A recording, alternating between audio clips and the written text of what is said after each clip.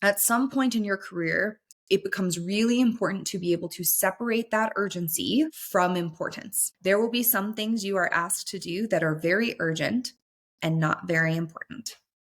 And there are things you will be asked to do that are very important, but maybe not very urgent.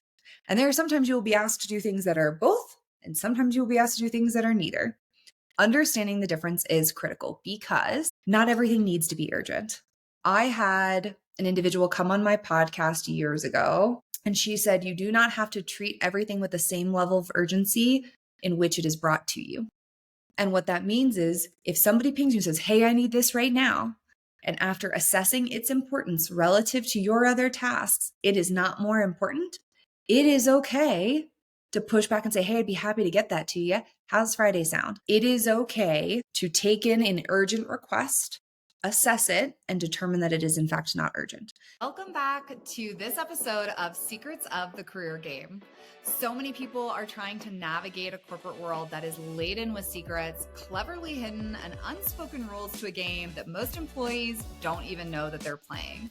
On this podcast, we try to give you a peek behind the curtains and some tips and tricks to ultimately make you successful in your career and help you progress a little bit faster. Today's episode might be my second most highly requested topic that we've ever covered. I cannot describe the sheer number of people who have sent me DMs, who have asked in coaching calls, who have sent me notes on Slack in my bootcamp program, who want to hear more about high-level communication, strategic communication, executive presence, and high-level thinking.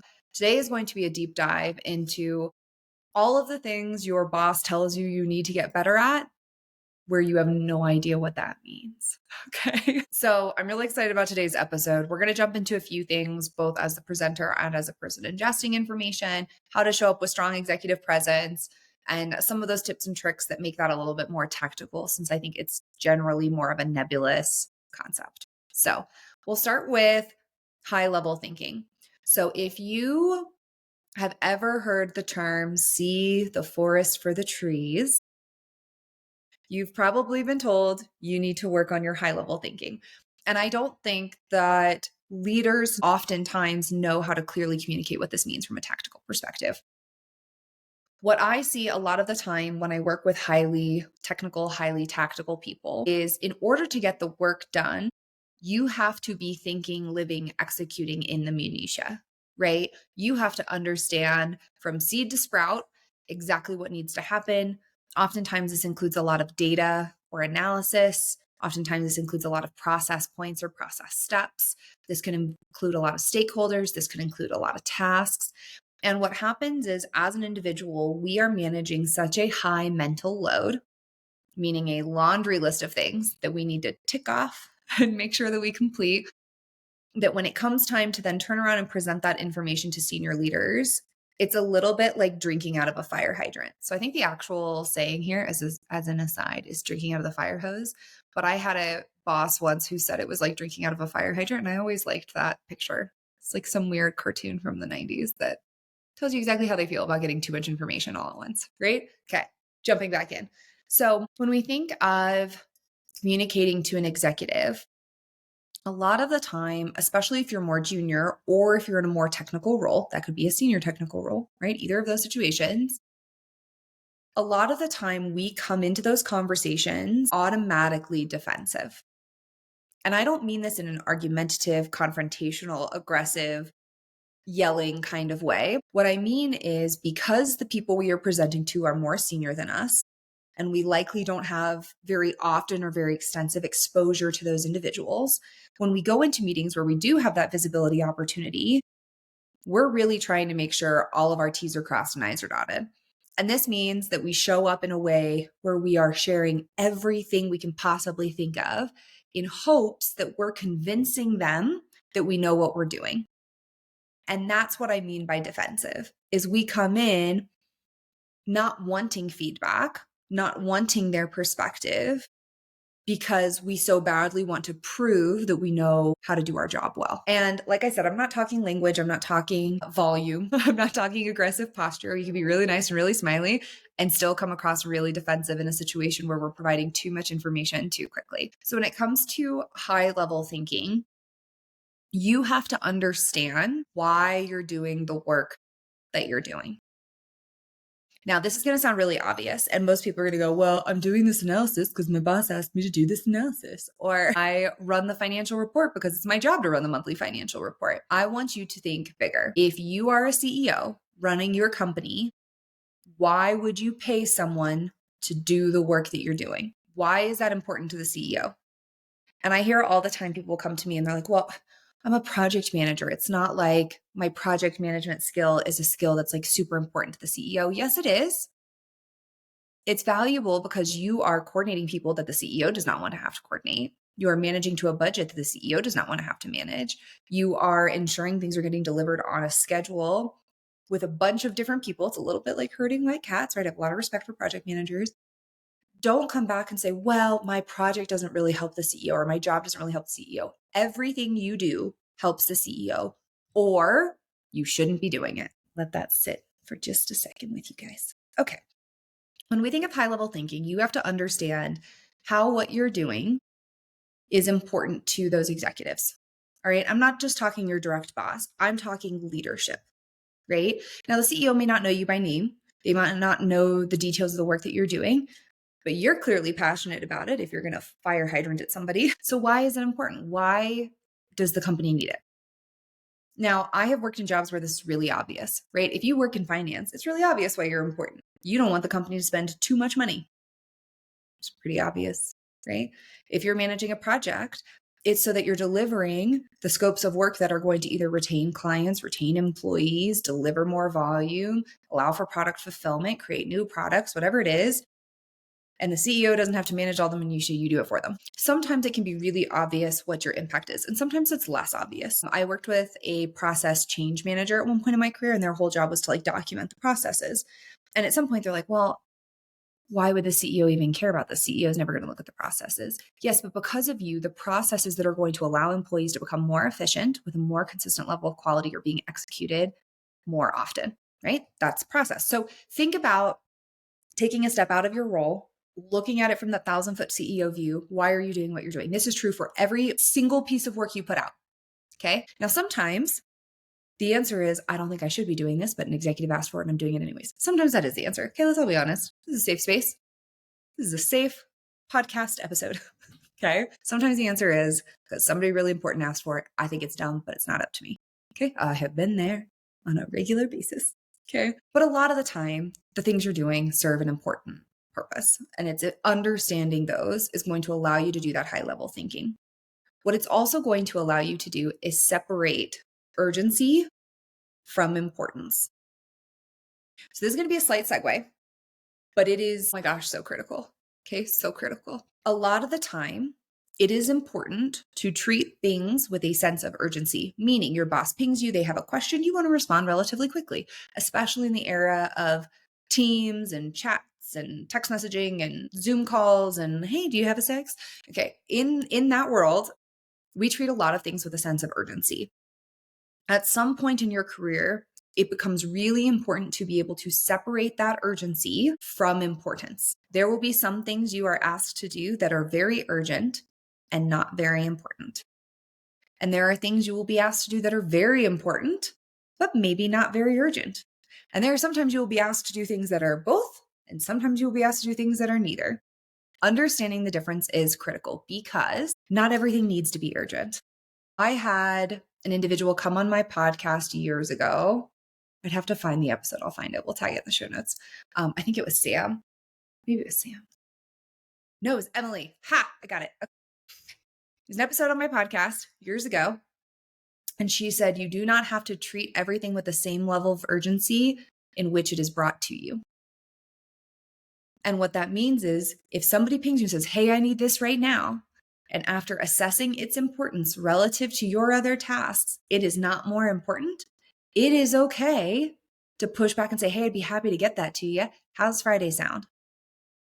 How does next week sound? How does next month sound? It is okay to take in an urgent request, assess it, and determine that it is in fact not urgent. If you have been eagerly awaiting the Secrets of the Career Game book, it is officially available for pre-order. This book will go over 36 strategies for building success in your career. And honestly, is some of my best lessons, best templates, and best ways for you to start to get the success and the progression in your career that you deserve. If you do pre-order the book, make sure that you email a screenshot of your pre-order to thatcareercoach@gmail.com in order to be added to our top secret community. In that community, you'll have access to me as well as 2 live Q&A sessions when the book launches. You'll also get an extra early copy with the first chapter of the book for you to read ahead. Go to Amazon, find Secrets of the Career Game, 36 strategies for your career. Go ahead, place your pre-order, and send us an email. Now, there is some nuance here. Your CEO phones you and says, hey, this is really important. I need an answer by end of day. Who cares if it's actually important? It's important to the CEO. We're going to go do it, right? Let's all use our logical thinking brains here.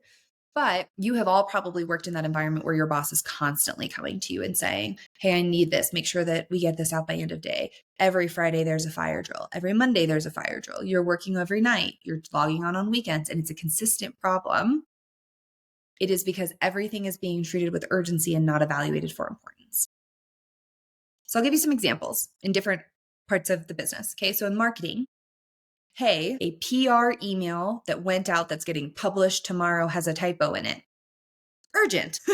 Okay. High level of urgency. Hey, the campaign we have scheduled for Halloween, we need to rework branding.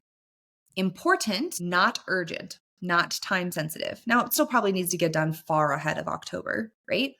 But not the same level of urgency as the PR statement, but high level of importance. Hey, the boss wants to know, how did the campaign last week perform? We need a percentage. In my opinion, probably medium importance, probably not urgent. Now you probably received it with urgency. Hey, I need this number ASAP. Do you have it? And if you have it handy, sure, you say 7%, and it was great. Okay. If you don't have it handy and you're working on the PR correction that needs to go out for tomorrow that is urgent and is important, you say, hey, I would love to get to that request. I am really in a fire drill that needs to get fixed today. Can I get you that number by end of day tomorrow? Is that okay? And they're going to say, sure, 99.9% of the time. Okay. Those are examples of urgency versus importance. I'll give you another one in a different space. Say you work in supply chain. Okay. A shipment went missing. Urgent and important. Okay. Over time, our loss percentage has been increasing. We need to find a way to fix it. Very important, not as urgent. Your boss pings you and says, hey, how many iPhones do we have in warehouse A? Neither urgent nor important, and we can push back. Great. Learning to assess the difference between this is the biggest shift that comes when you start moving into senior leadership. The average, I'm going to call them an order taker. Do not take this personally or be offended, right? The average order taker, think intern, entry level, maybe senior entry level, doesn't have much leadership experience, less than 5 years experience in the workforce. Okay. They are not going to be able to assess the difference between urgency and importance. Everything's going to be urgent. Everything's going to be important. Where you have problems is when people in that group don't treat anything as urgent. Separate issue, different podcast episode. Okay. When you start to become a manager, if you are treating everything as urgent and important, you are going to burn yourself and your team out. Full stop. You must learn to assess at that level what is important and what is not, what is urgent and what is not, so that you can shield, protect, guide, and have a vision for your team. This is why so many people have a hard time getting to director, because they're managing work. They're getting a lot of work done. Everything is urgent. Everything is important. There's no clarity. There's no prioritization. There's no vision. There's no strategy. That is a manager's job. A director is leading an organization. A director is making decisions that will determine the importance of different things the team is working on. They are leading a group. Okay. So as you want to progress your career, developing this urgency versus importance is so key.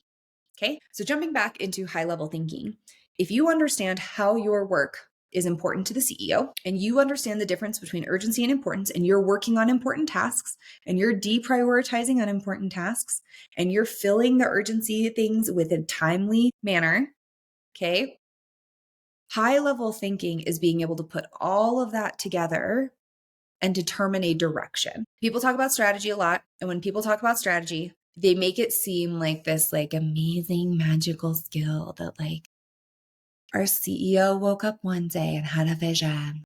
And that's not the way it works, right? People make strategies out to be way too complicated, in my opinion. If you work in a strategy team, you probably find it darn near impossible to explain what your job is other than slide junkie in the nicest, most respectful way possible. I know because I've done those jobs. Okay. Strategy is a tactical thing that people overcomplicate. So if you're a high level thinker, you understand why what you do in your team does is important to the CEO. You understand the difference between urgency and importance. You need to have direction and you need to know how you're going to get there. Okay, so I'm going to use myself as a personal example. I run a team, not just that career coach, but in my corporate job. If you followed for a while, yes, I still have one. Yes, I really love it. And that's why I did it. My team is responsible for financial and operational initiatives that make the company better, right? So we run a budget. We run vendor relationships. We make sure that we're doing special projects that are making the team more efficient, that are making our finances more efficient, things like that. Okay. When I joined that team, we had a great team in place and everything was unbelievably manual. Now, I understand why this function is important to leadership. It's important to leadership because we have to be able to scale our business without scaling our finances, right? We need to be able to grow faster than we spend money. And we need to be able to do that in a way that makes our employees more efficient. Okay. That's super obvious to me. That's what's important to the CEO. That's why the team exists, right? Then I started seeing all these urgent things. Every renewal was urgent. Every financial purchase order that was created was urgent. Every budget request was urgent. And I'm like, nope.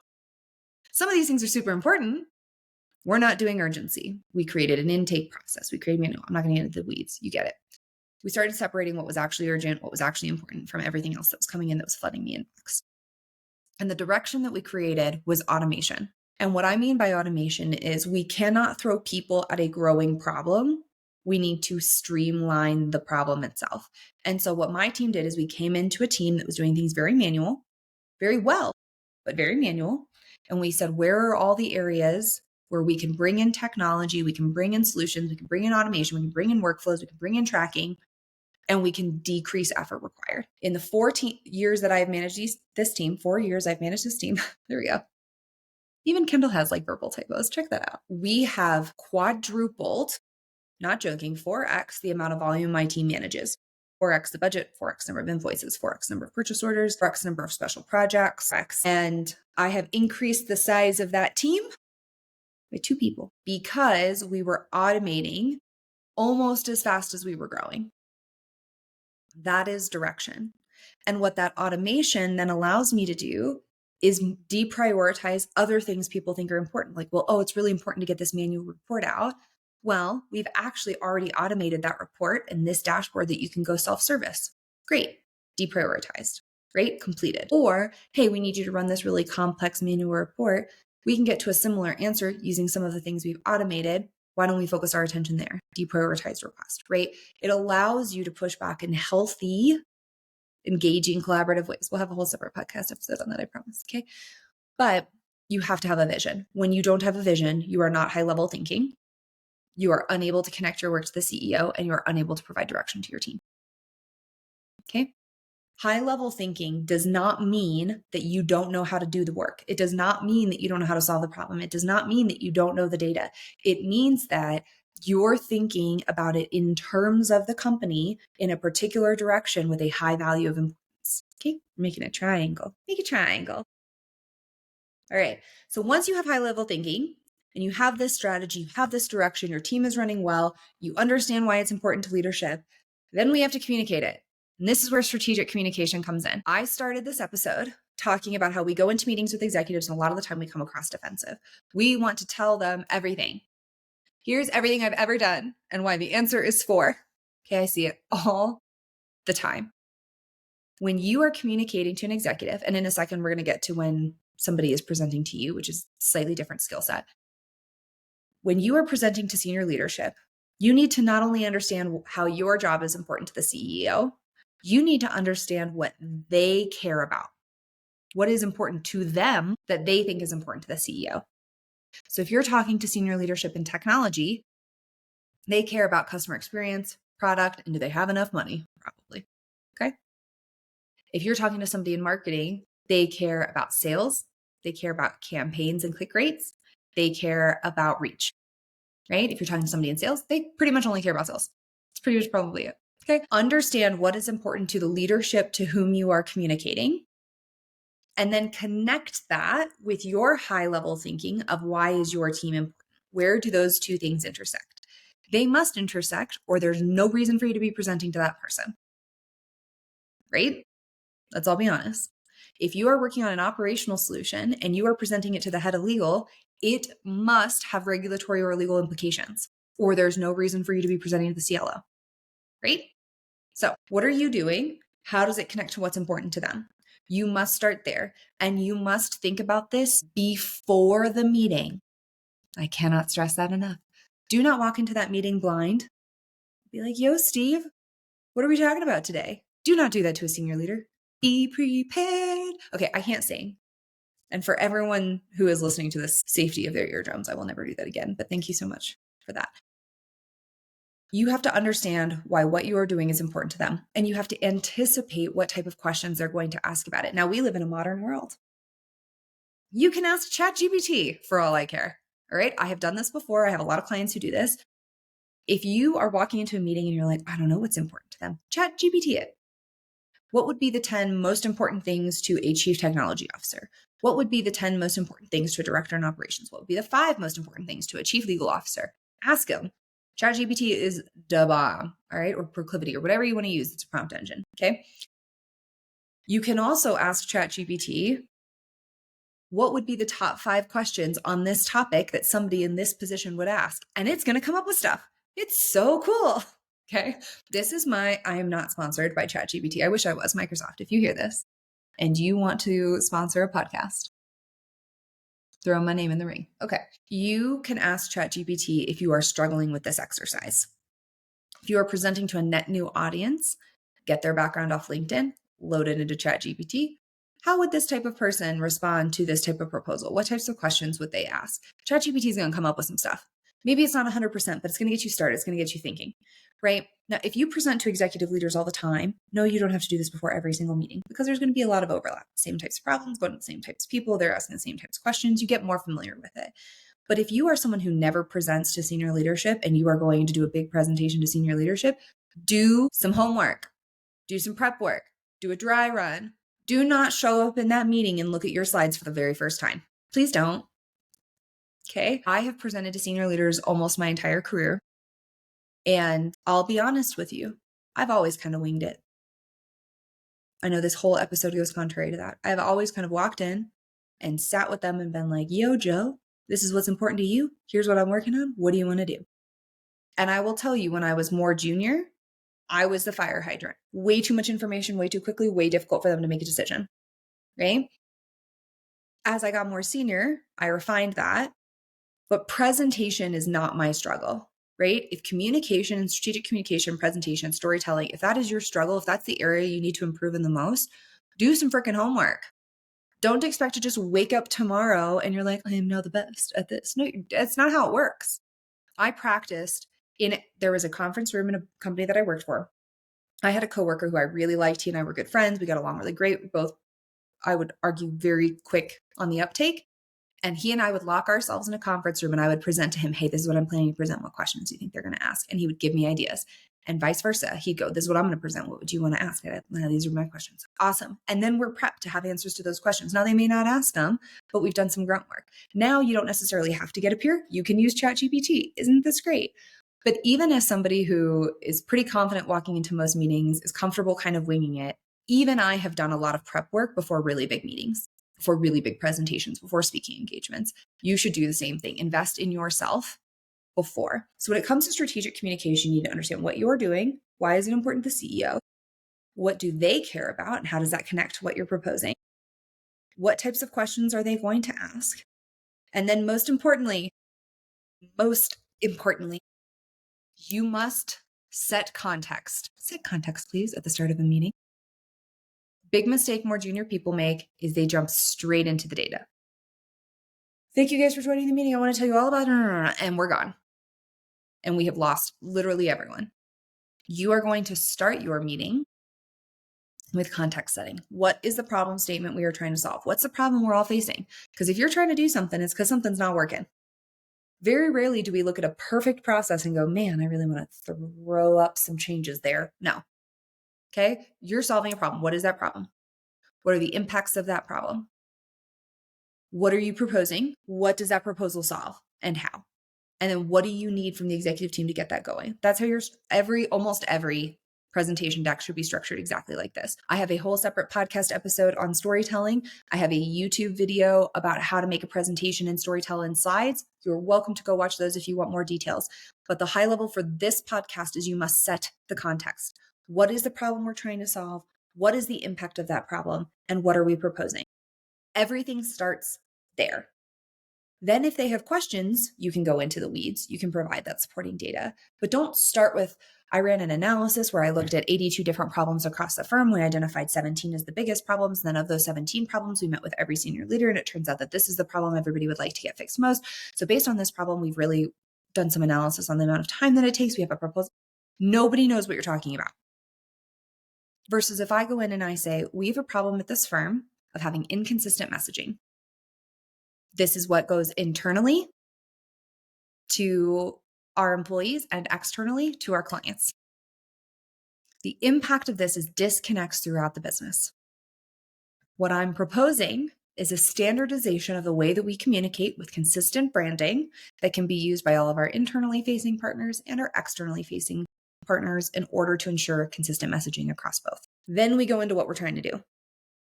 That is so much easier to follow. They understand the problem. They understand the impact. They understand what you're trying to do. Great. Now take them into the weeds. Don't go in defensive. Don't go in trying to prove that you know everything. Go in instead with context. Okay. So we've talked a little bit about high level thinking. We've talked a little bit about strategic communication. The other piece with strategic communication is when you are a consumer of information. So if you are not the one presenting, usually one of three things happens. One, we are doing other work and we're not paying attention. I see you. I've been you. I do it all the time. I'm not even going to lie. Okay. If it is something where somebody more senior than you is presenting, you should probably be paying attention. If it is something that's going to directly impact your job, you should probably be paying attention. If it's just a meeting to have a meeting, no judgment for me if you're like being extra productive. Okay.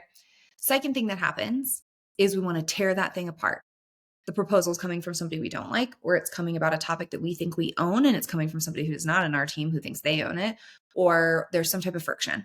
And we're like, man, I don't want to do this. And we're trying to tear it apart. If you are in that situation, one, you need to create some emotional distance for yourself. Take a step back, take a breath, do some ohms, listen to some headspace. I don't care. You need a breather, right? You do not need to be as emotionally connected to your job. There's a separate podcast episode on that too. Okay. In that situation, your goal is not to make them look stupid, and your goal is not to tear down their idea. What your goal is to share your risks and concerns within the context of what they're proposing so that they've been heard and documented, and allow them the opportunity to present their idea to other people who may feel similarly. Those need to be your two goals. Now, what that looks like in a meeting is you may ask questions. Hey, it's an interesting idea. How would it work in this situation where you don't think it would, right?